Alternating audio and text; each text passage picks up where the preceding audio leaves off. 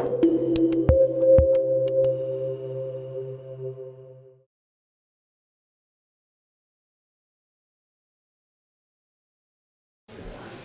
right, well, now it's time for our next talk, which is Alfresco and blockchain. This is by Chevallereau.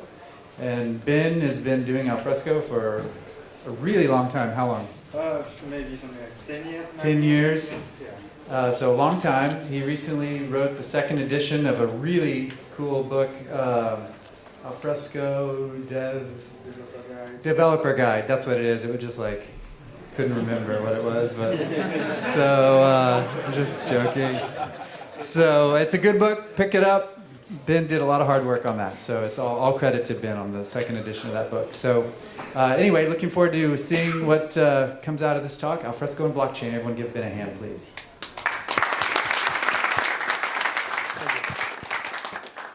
Hey, so as Jeff said, so my name is Ben Chevallereau. I'm working as a software architect for this company called Armedia.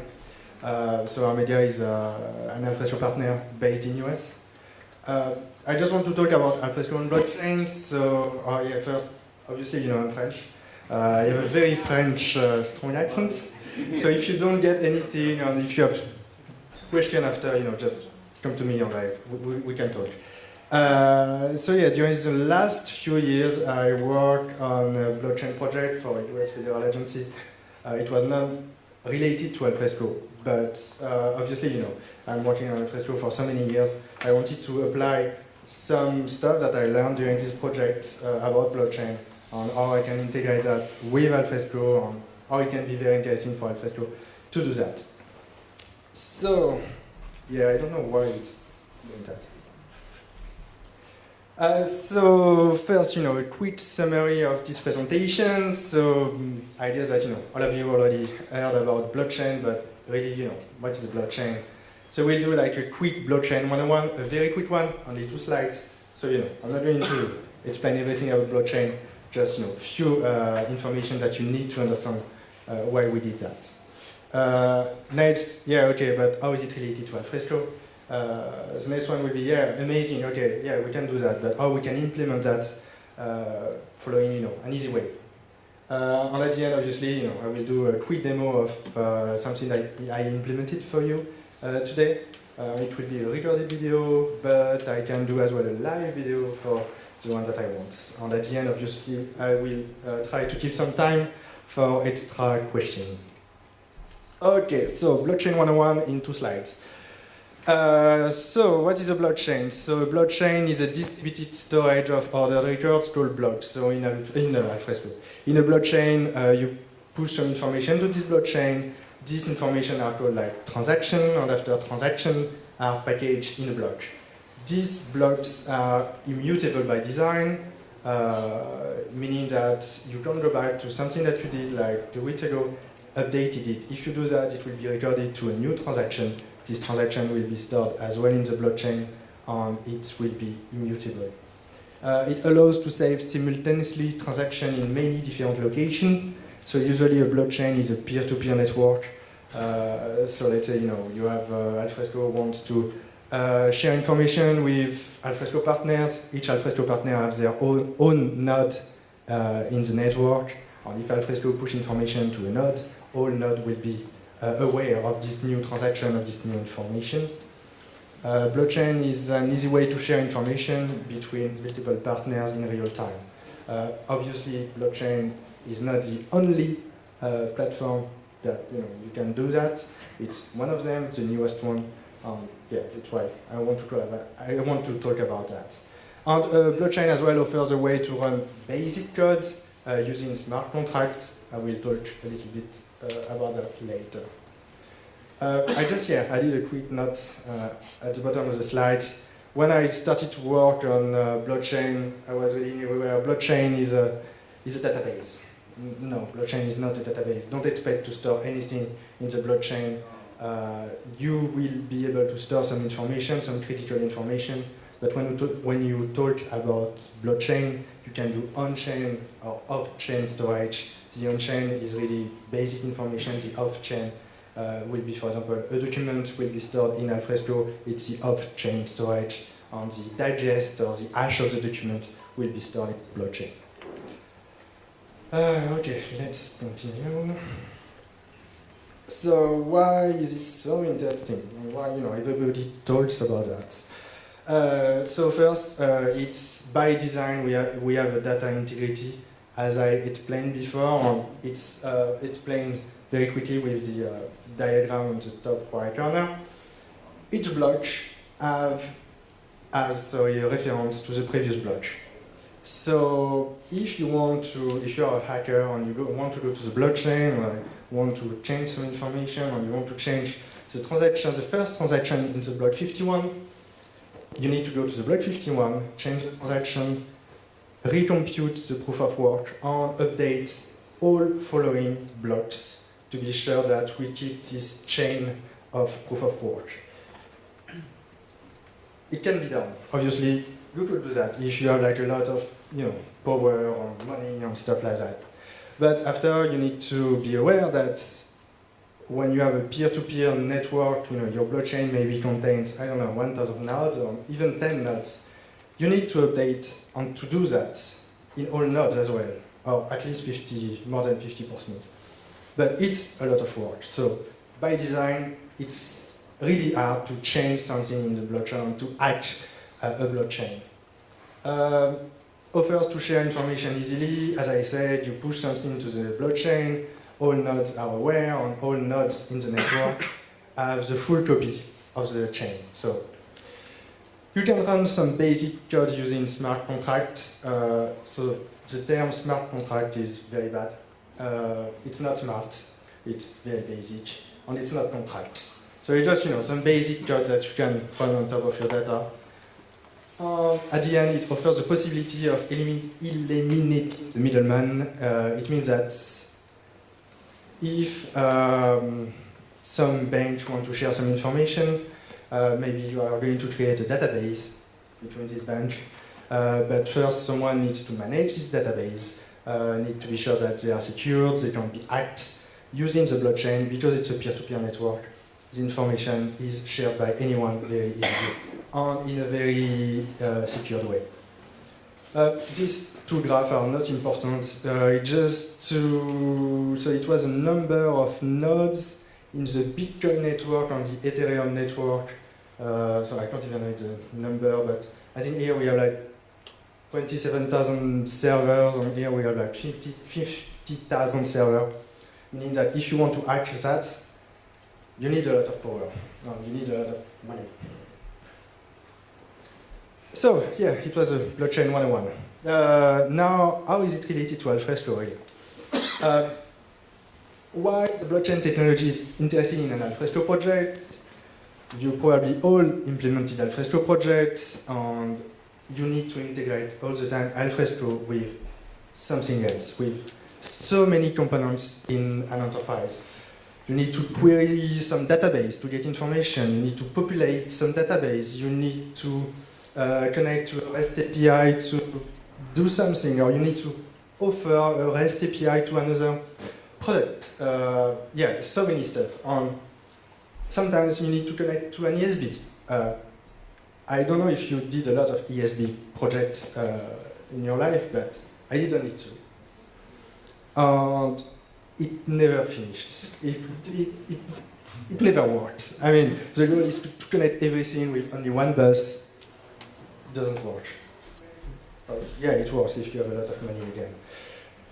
So yeah, so maybe your architecture look like that. Alfresco in the middle, connected with some REST API, CMIS as well, some JDBC connection, connected to an ESB, and even sometimes, you just build like very simple UI inside Alfresco share, because sometimes it's just easier, and it can be a nightmare to maintain. And blockchain can help you to solve this issue. So it's just one use case. Blockchain can be used for so many use cases. I'm just focusing on this one today. So a blockchain can solve this issue by just implementing a very simple smart contract. So each component of your architecture can publish what they are doing, and they can publish this information to the blockchain. The smart contract can as well generate some events, and after it's under the responsibility of each of these components to listen to these events and do what they have to do. So yeah, it can be like a bit abstract. So my use case today, very, very simple, invoice management. You are going to store your invoices into Alfresco, but you are not going to manage, the process, like, is it a valid invoice? Is it verified? Do I really have to pay that? Or, yeah, I want to pay it, so I need to do the bank transfer. This action, usually you do that into a dedicated system, like an accounts payable system. So when your document today is going to be dropped into Alfresco, Alfresco is going to push to the blockchain, oh, there is a new invoice. I just implemented a very simple account payable system that is going to listen to that. Oh, there is a new invoice. We need to do something.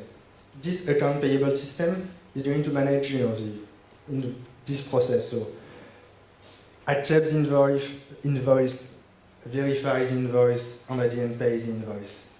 But in Alfresco, we want to keep track of that. We have a metadata to store the status. And we want to have this information because we want to search on it. How do we do that? Do we ask the account payable system to call a REST API in Alfresco?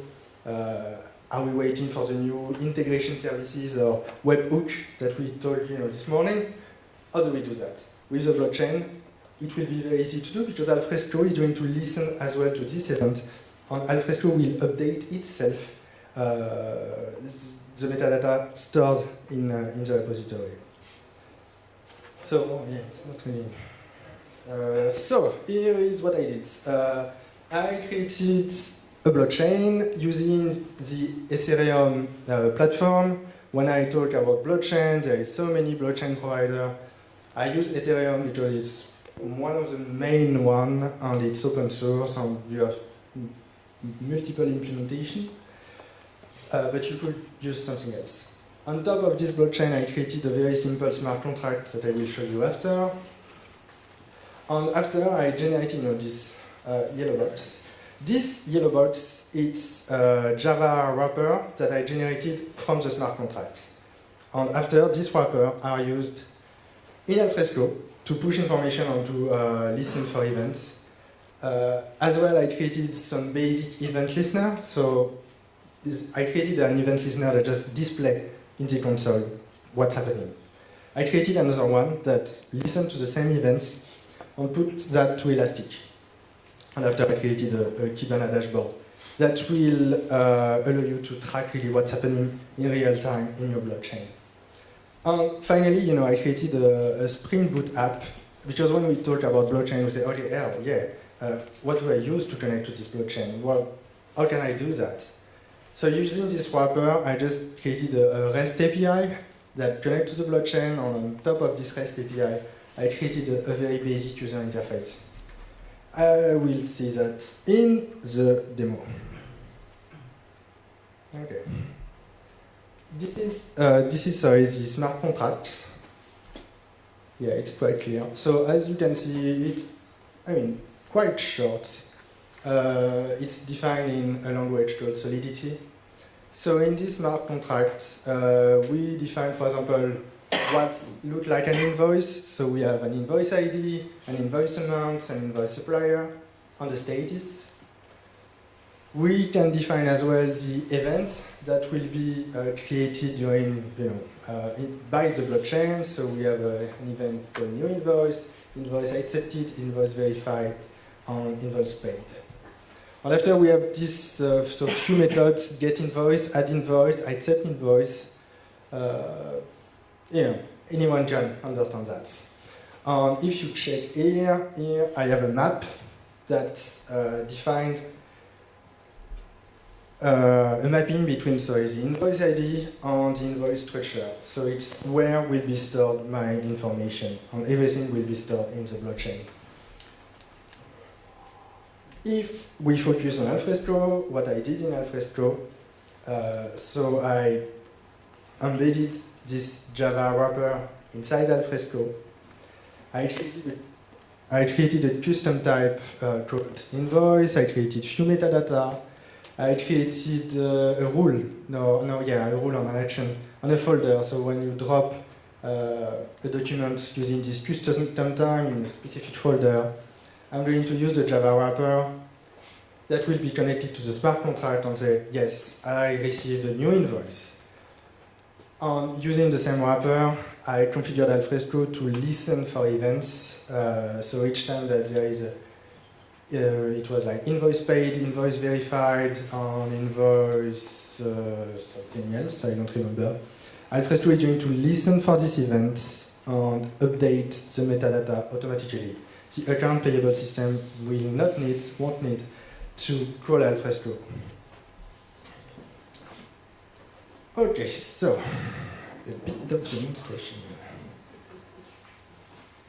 So it's a recorded demonstration. I could do it live, but because to run everything on my laptop, to run like blockchain network, Alfresco, event listener, Elastic, and Kibana on my laptop, I can do it, but it doesn't take 5 minutes to do everything. So as I just explained before, to create my account payable system, I started to create a Spring Boot app that gives you a REST API to connect to the blockchain. So I just created a REST API to create a new invoice. You provide an invoice ID, a supplier, an amount. And when you do that, the Spring Boot app is going to connect to the blockchain and push this information using the smart contract into the blockchain.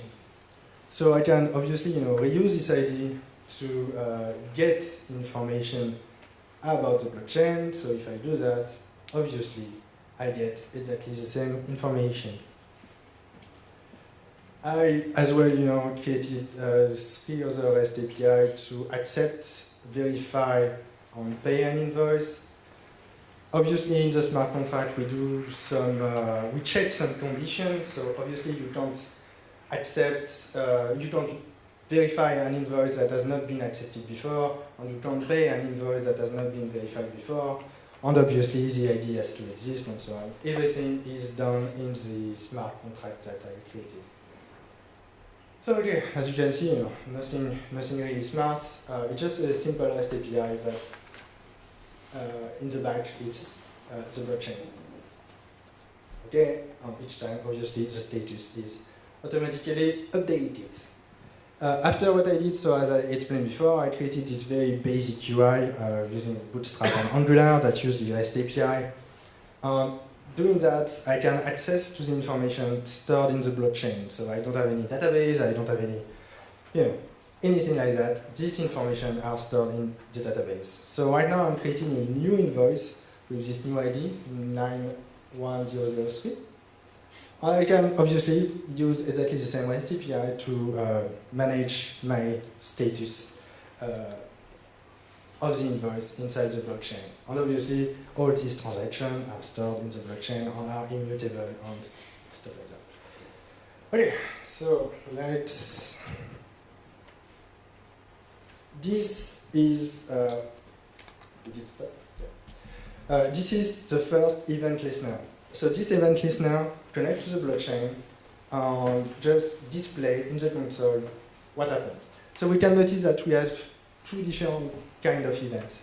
We have the events related to invoice accepted, invoice verified, invoice paid, and new invoice. And we have this HTTP status. It can be weird to see that in a blockchain stuff.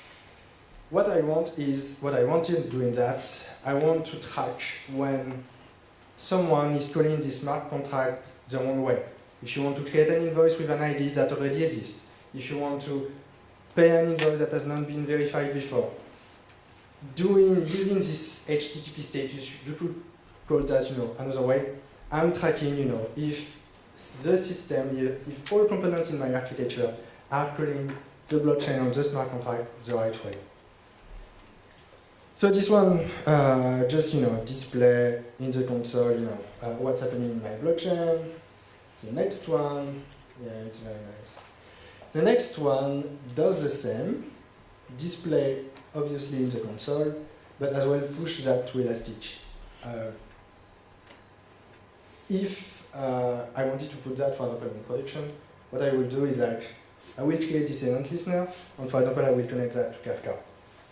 I push this event to Kafka, to Kafka topic. And after I get my Kafka consumer, and after everybody in my organization can subscribe to this topic and do what they have to do. But it was just for a demo. So yeah, in Kibana, for example, if I refresh, I can see obviously all my events, and I can track, if everything is going well, or if one of the components in my architecture is doing the blockchain the wrong way, or if there is any issue. Now, if we switch to Alfresco,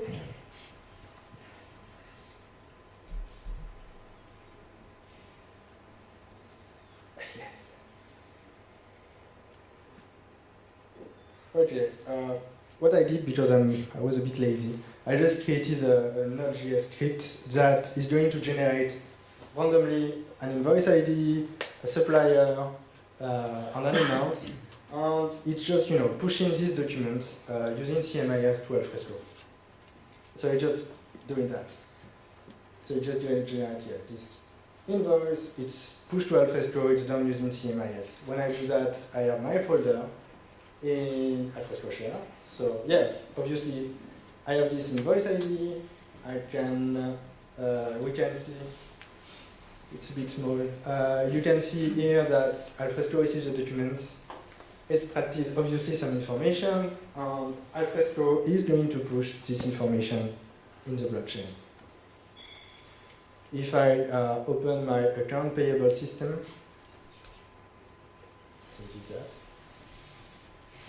I can go to the account payable system, look for this invoice ID,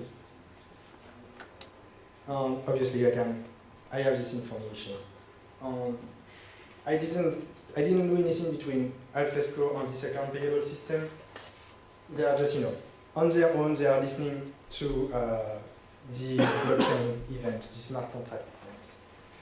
In Alfresco, very briefly, so I have a folder called Invoice where I classify my documents. I have my PDF. If I open it, obviously, I have my metadata with the identifier, the supplier, and the amount. If I go to my account payable system, obviously, if I go to Kibana, I can see that new invoice has been created. Again, I didn't connected Elastic to Alfresco of this account payable system. I just do what I have to do in my account payable system. It's I'm just going to stop here. Obviously, I clicked on accept. It generated an event in the blockchain. Alfresco received this event. Invoice accepted with this ID. Alfresco is going to look for a document using this ID, and is going just to refresh the document by itself.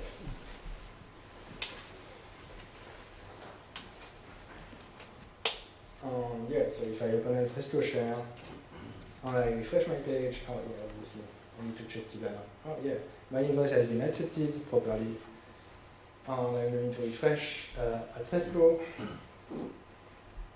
And obviously the status has been automatically updated by itself. And obviously I can do the same for verify, and I can do as well the same for pay. I think that you got the trick. Okay, so some practical application. We have so many applications for that. This was a very simple invoice management use case. You can as well, using that, you prove the chain of custody of evidence. Let's say I just applied for a visa in Canada, and they asked me like a criminal record. I applied for the criminal record, I received the criminal record, I scanned it, and I sent it. It was okay, it was clean. But at the end, when I sent my criminal record, they had no idea if I changed anything on this criminal record. I could just change it. Using the blockchain, the criminal record could have been stored in the blockchain with a hash or a digest. Anyone could check, if the document that I'm providing is the real one, if I tamper my documents. Again, proof of complete set of documents, forensic analysis. So, you can track and trust the blockchain. Obviously, we got two presentations about record management. It's the same, you trust the platform. But at the end, any hacker can go to Alfresco, go to the database and change some information in the database, or go to the content store and change some information in the content store. It's possible if you are hacked. Using the blockchain, it's almost, I don't even know if it's English, inaccessible. Okay, I hope that you like this presentation, and let me know if you have any questions. Everybody give a warm round of applause for this.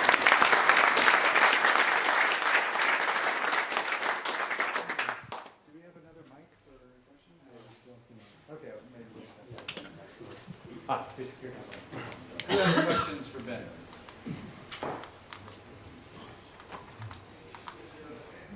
Do you want to talk about Ben's criminal record?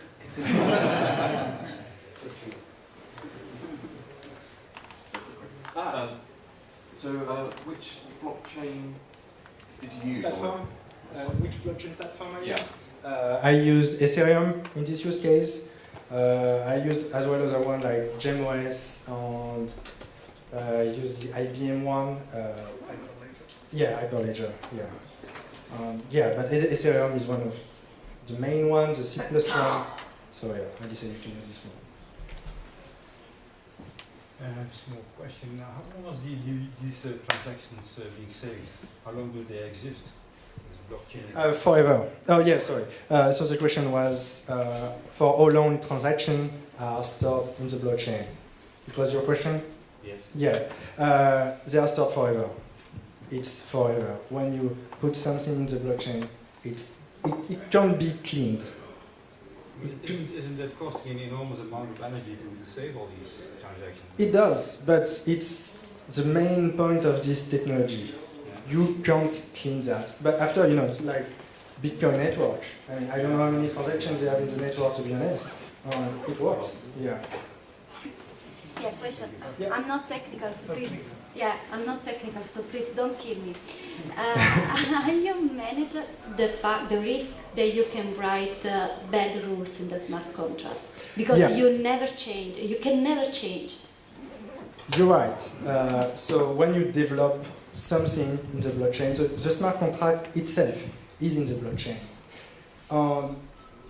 If you are a developer, you are a developer, you do something, you have a bug, you fix it, you deploy.